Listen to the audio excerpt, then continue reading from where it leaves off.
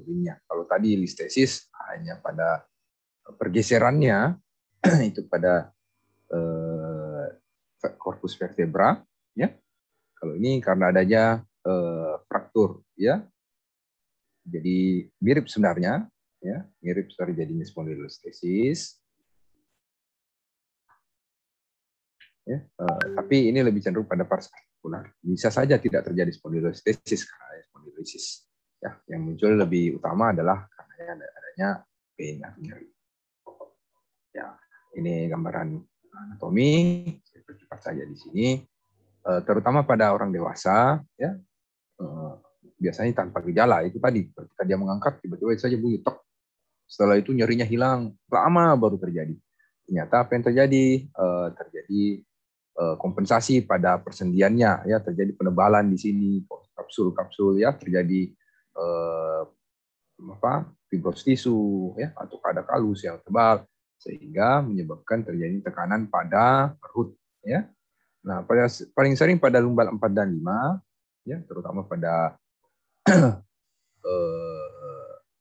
lumbal 5-nya, ya, vertebra lumbal 5, ya, daerah. Kemudian kenapa bisa terjadi kelemahan seperti itu? Ya, bisa saja karena faktor herediter, ya, ataukah justru karena berulang-ulang sudah sering angkat berat, akhirnya ada satu titik langsung patah. Kalau salah posisi, ya langsung patah di belakang tanpa diketahui penyebabnya.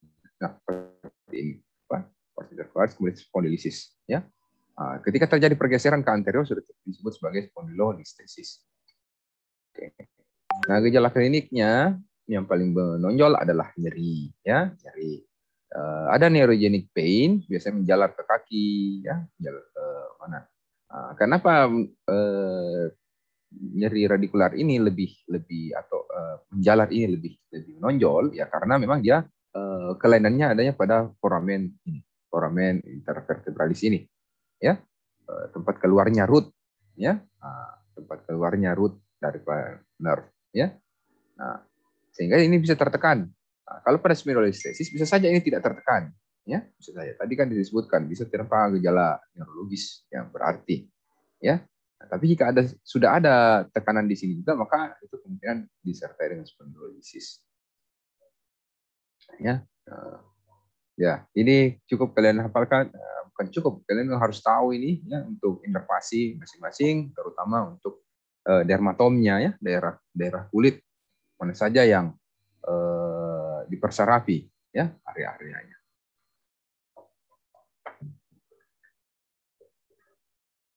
Nah, ini pemeriksaan yang kita butuhkan adalah pemeriksaan X-ray, apilateral, dan terutama untuk oblik. Tadi cari scotidopnya, adanya spondylosis atau tidak.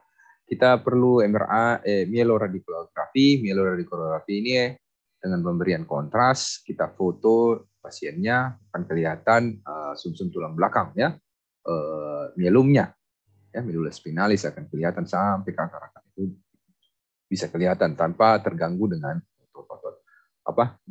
tulang-tulang. CT scan juga bisa membantu, terutama karena faktor ada untuk mencari adanya fraktur pada intervertebralisnya. Kemudian MRI tentunya yang sangat membantu, ya, kalau misalnya kita mau mencari adanya nerve compression atau tidak. Nah, ini gambaran fotonya. Kalau kalian lihat dari atas sampai ke bawah, bagus saja dia punya curve, ya, tiba-tiba ada yang terputus sepertinya, ya. Ini sedikit, ya. Nah, dari anterior posterior juga sama, ya, bagus saja kita lihat, maka kita ketika X-ray bagus saja, ya. Nah, ini ketika kita CT scan baru kelihatan ada penebalan, ya, penebalan daripada facet joint-nya, ya, ini, ya, terputus, malah ada fraktur. Nah, atau lebih jelasnya pada saat melakukan X-ray oblik.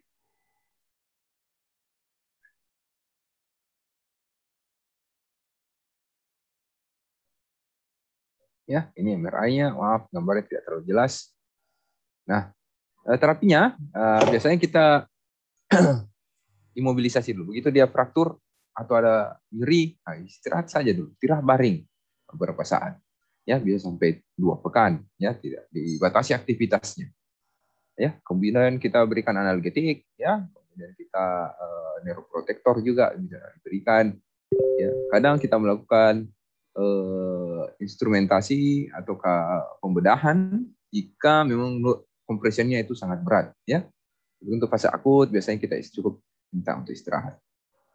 Ya, tindakan pembebasannya itu ya bisa kita lakukan laminektomi namanya. Kita angkat dia punya lamina di belakang, dia punya processus spinosum, sehingga ada ruangan lebih lebar. Ya, begitu juga dengan root ini. Bersihkan ligamen-ligamen yang menebal. Kemudian kita lakukan stabilisasi. Indikasinya kalau ada gejala neurologis radikulopati terutama. Nah, biasanya juga untuk sekarang lagi berkembang pain management dengan menggunakan injeksi, ya, menginjeksikan kortikosteroid langsung ke pasien ataukah daerah yang bermasalah di tulang belakang. Itu bisa. Tapi harus dengan guiding imaging, ya, dengan menggunakan X-ray guiding, ya. Kita tuntun dia dengan X-ray, nah, sehingga kita bisa lihat daerah yang benar-benar yang kita, sasaran kita. Tapi tentunya lebih awal harus jelas diagnosisnya, jelas pula area yang harus kita terapi. Ya. Oke. Komplikasinya, ya, bisa terjadi jika terjadi pada kedua sisi akan terjadi spondylolisthesis, tentunya akan bergerak anterior, bisa terjadi kerusakan pada rootnya, ya, dari sehingga bersifat permanen nantinya. Dia punya kelainan pada sistem sarafnya, ya, yang ujung-ujungnya tentunya berpengaruh pada pergerakan ekstremitas. Gejala klinis bisa sangat membaik tanpa operatif, ya, tapi akan memburuk jika kita temukan tadi sudah ada spondylolisthesis. Artinya itu bilateral, ya, proses trapeziusnya sudah mengalami kerusakan, ya, tidak ada lagi yang menahan. Ya, saya kira itu untuk spondylolisis.